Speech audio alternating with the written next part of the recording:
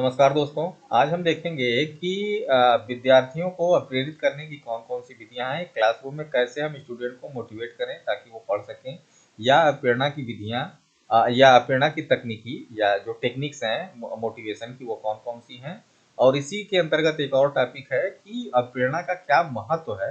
ये दोनों चीज़ों को आज हम देखेंगे। तो जब हम प्रेरणा विद्यार्थियों को प्रेरित करने की बात करते हैं कि इसी क्लासरूम में कैसे बच्चों को प्रेरित किया जाए ताकि वो अधिगम की प्रक्रिया में संलग्न हो सके, तो उसके कई मेथड हैं। जैसे पहली बात है कि बाल केंद्रित दृष्टिकोण होना चाहिए शिक्षा का, तब बालक जो है मोटिवेट होगा पढ़ने के लिए। हाँ, कक्षा को शिक्षक केंद्रित नहीं बनाकर जो है बालक केंद्रित बनाना चाहिए। बालकों से ही ज़्यादा चीज़ें होनी चाहिए। टीचर अपने मन की ना करे, बालक के मस्तिष्क के अनुसार काम करे, तब जो है सीखना बहुत आसान हो जाता है, बालक मोटिवेट होते हैं। ऐसा करने से बालक के मानसिकता पर प्रभाव पड़ता है, क्योंकि बालक की आवश्यकताओं को ध्यान में रखकर पढ़ाया जाए तो बालक के लिए जो है सीखना बहुत आसान हो जाएगा। तो एक तो ये बात है कि चाइल्ड सेंटर अप्रोच अगर टीचर रखता है क्लास में, तो सीखना बहुत आसान हो जाएगा, बच्चे मोटिवेट होंगे।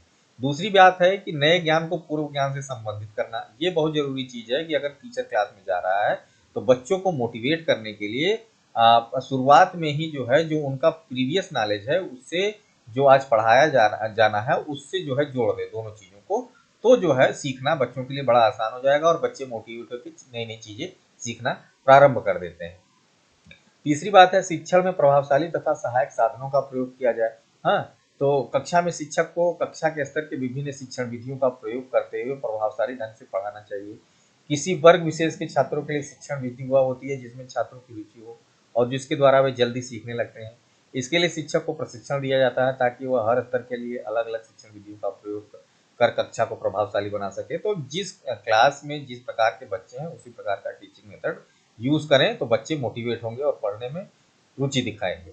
फिर है उद्देश्य एवं लक्ष्य का निश्चित होना। तो बच्चों को उद्देश्यों और लक्ष्यों को जो है ज्ञान करा देना चाहिए, जिससे बच्चे मोटिवेट होते हैं। शिक्षक को उनके बालकों के उद्देश्यों को ज्ञान करा देना चाहिए है, जिससे जो है बच्चे हमेशा मोटिवेट हो गए। ऐसा करने से बालक प्रेरित होते हैं तथा उन अपने उद्देश्य एवं लक्ष्यों से नहीं भटकते। विद्यार्थी जब तक अपने सीखने के लक्ष्य को नहीं जान जाता तब तक वह कैसे प्रेरित हो पाएगा। हाँ, ये बहुत जरूरी चीज है। तो बालक को बताते रहना चाहिए कि नहीं, आपका लक्ष्य ये है, उद्देश्य ये है, हाँ, आपको अच्छे नंबर लाने। तो बच्चे जो है मोटिवेट होते रहेंगे। फिर है परिणाम एवं प्रोन्नति का ज्ञान। ये बहुत जरूरी चीज है कि जो है क्लास में छोटे छोटे टेस्ट लेके बच्चों को उनके जो है परिणामों का ज्ञान कराते रहे। बच्चे इससे मोटिवेट होते हैं कि हमने आज कम नंबर पाए हैं इन टेस्ट में या किसी टेस्ट में, क्लास टेस्ट में, तो हमको अब आगे बढ़ना है। तो इससे बच्चे मोटिवेट होते हैं। तो परिणामों का ज्ञान बराबर बालकों को कराते रहना चाहिए। हाँ, फिर है शिक्षक का व्यवहार। ये बहुत जरूरी चीज है कि टीचर जो है, टीचर का व्यवहार कैसा है। टीचर बाइज्ड ना हो, बहुत चिड़चिड़ा ना हो, गुस्सैल ना हो, बच्चों को डांटे नहीं। हाँ, हमेशा जो है प्रेम, सहानुभूति, सहयोग से बात करे, बच्चों से हमेशा अच्छा व्यवहार करे। तो बच्चे मोटिवेट होंगे और ऐसी क्लासेस में जाना पसंद करेंगे और सीखना जो है उनके लिए बहुत आसान हो जाएगा। फिर है प्रशंसा एवं आलोचना का प्रयोग। ये बहुत जरूरी चीज है कि अगर कोई बच्चा जो है क्लास में जो है बदतमीजी कर रहा है तो उसको उसकी आलोचना करे, उसको डांटे। कोई चीज नहीं बता पा रहा है तो उसको जो है डांटे। हाँ, और थोड़ा सा जो है इस प्रकार की बात करें कि जो है वो उस चीज को छोड़ दे, वो गंदी आदतों को छोड़ दे। और अगर बच्चा कोई बहुत अच्छा कर रहा है तो उसकी प्रशंसा करना बहुत जरूरी है। कोई बच्चा कोई जवाब दे रहा है तो उसको प्रेज करें, उसकी प्रशंसा करें सारे क्लास में। तो बच्चे मोटिवेट होते हैं। वो बच्चा तो मोटिवेट होगा जो सही उत्तर दे रहा है, बाकी साथ के और बच्चे मोटिवेट होते हैं कि हमको भी सही उत्तर देना है। तो इस प्रकार से जो है क्लास में प्रेरित बच्चों को किया जा सकता है, प्रेज और क्रिटिसिज्म द्वारा। फिर है पुरस्कार एवं दंड का प्रयोग करके। हाँ, तो आप बच्चों को जो है पुरस्कृत करिए। जो बच्चे अच्छे हैं, पढ़ने लिखने में हैं, हाँ, उनको पुरस्कृत करिए। और ऐसे बच्चे जो सही से काम नहीं कर रहे हैं उनको भय दिखाइए। हाँ, उनको डांटिए। तो ऐसी स्थिति में जो है बच्चे अपनी योग्यता के अनुसार आगे बढ़ सकते हैं। फिर है प्रतियोगिता एवं सहयोग का। ये बहुत जरूरी चीज है कि हेल्दी कंपटीशन आप अपने क्लासरूम में कराएं, जिससे जो है बच्चे मोटिवेट होते हैं। हेल्दी कंपटीशन में बच्चे एक दूसरे से आगे बढ़ने का प्रयास करते हैं और एक दूसरे को देखकर मोटिवेट होते हैं कि उसने इतना पढ़ा तो मैं भी पढ़ूं। ऐसी स्थिति में भी बच्चे जो है आगे बढ़ने का प्रयास करते हैं और मोटिवेट होकर अच्छा रिजल्ट ले आते हैं। तो इस प्रकार के भी कार्य किए जा सकते हैं।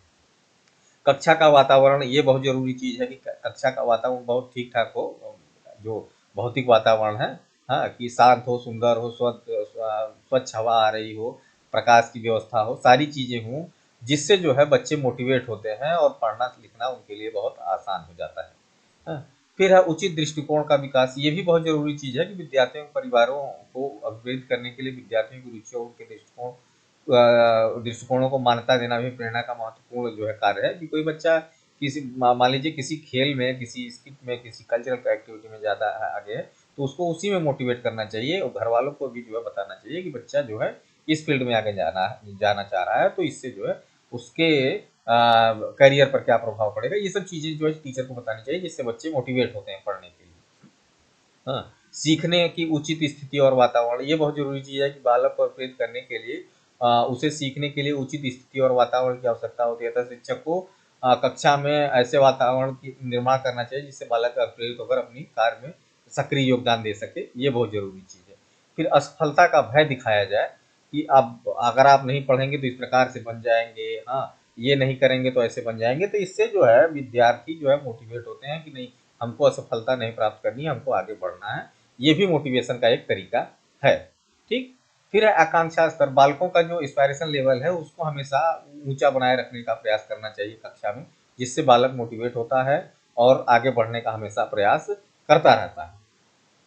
फिर है नयापन या नवीनता, नॉवेल्टी जो होती है कि विद्यार्थी हमेशा कुछ नया सीखने का जो है इच्छुक रहता है, बार बार एक ही प्रकार से सिखाई गई विधि से वो जो बोर होने लगता है, ऐसी स्थिति में जो है टीचर को नए नए तरीकों से बालकों को सिखाने का प्रयास करते रहना चाहिए, जिससे जो है बालक हमेशा मोटिवेट होंगे और जो है आगे बढ़ने का प्रयास करते रहेंगे। फिर है प्रेरणा का महत्व या जो है उपयोग क्या क्या है। अब तो अब प्रेरणा जो है एक विद्यार्थी के लिए कैसे उपयोगी हो सकती है, इसकी बात यहाँ पर है।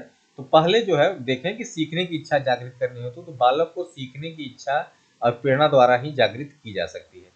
फिर है सीखने के लिए प्रोत्साहित करने हेतु, तो बालक जो सीख रहा है उसको हमेशा जो है इनकरेज करने के लिए प्रेरणा आवश्यक होती है। फिर है सीखने में निरंतरता बनाए रखने के लिए, तो कंटिन्यूटी, बालक सीख रहा है तो वो कंटिन्यूस कैसे बना रहे, इसके लिए भी बालक को मोटिवेट करना चाहिए और ये इसके लिए प्रेरणा अत्यंत आवश्यक है। फिर है बालक में व्यवहार परिवर्तन करने के लिए, तो बालकों के व्यवहार में परिवर्तन तभी संभव है जब बालक हमेशा मोटिवेट होकर कुछ न कुछ नया सीखता रहे।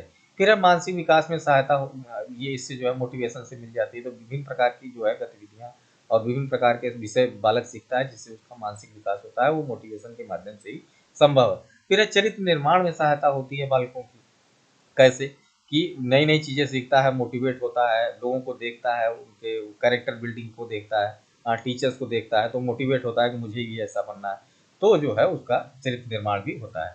फिर विद्यार्थियों में ऊर्जा भरकर उन्हें कार्य के लिए प्रोत्साहित करने हेतु, तो टीचर जो है विद्यार्थियों को हमेशा जो है मोटिवेट करता रहे कि नहीं, इस प्रकार के कार्य आप करिए तो आगे बढ़ सकते हैं, तो जो है इससे भी जो है बालक आगे बढ़ता है।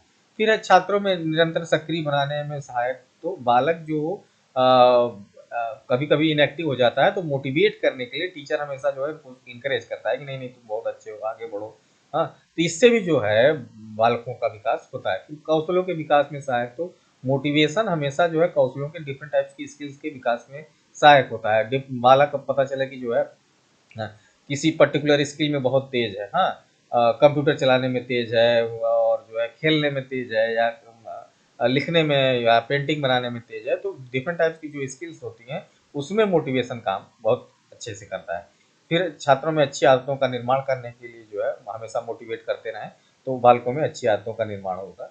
फिर राष्ट्र सेवा एवं समाज हित के कार्य में के लिए जो है मोटिवेट किया जाए बालकों को, तो ये भी जो है इसमें मोटिवेशन बड़ा यूज करता है कि जो है बालकों को नई नई चीज समाज सेवा की नई नई चीज़ें दिखाई जाए, हाँ, एनएसएस, स्काउटिंग गाइडिंग, हाँ, एनसीसी वगैरह ज्वाइन कराया जाए, जिससे जो है वो मोटिवेट होकर राष्ट्र सेवा में संलग्न होंगे। फिर हमें छात्र में रुचि उत्पन्न करने में सहायक, तो छात्रों में डिफरेंट टाइप्स के इंटरेस्ट भी मोटिवेशन द्वारा डेवलप किए जा सकते हैं। तो ये कुछ इंपॉर्टेंस है मोटिवेशन के, एज टीचर कैसे जो है बच्चों को आगे बढ़ा सकता है, तो ये मोटिवेशन के माध्यम से टीचर चाहे तो बच्चों में ये सब सारी आदतें विकसित कर सकता है।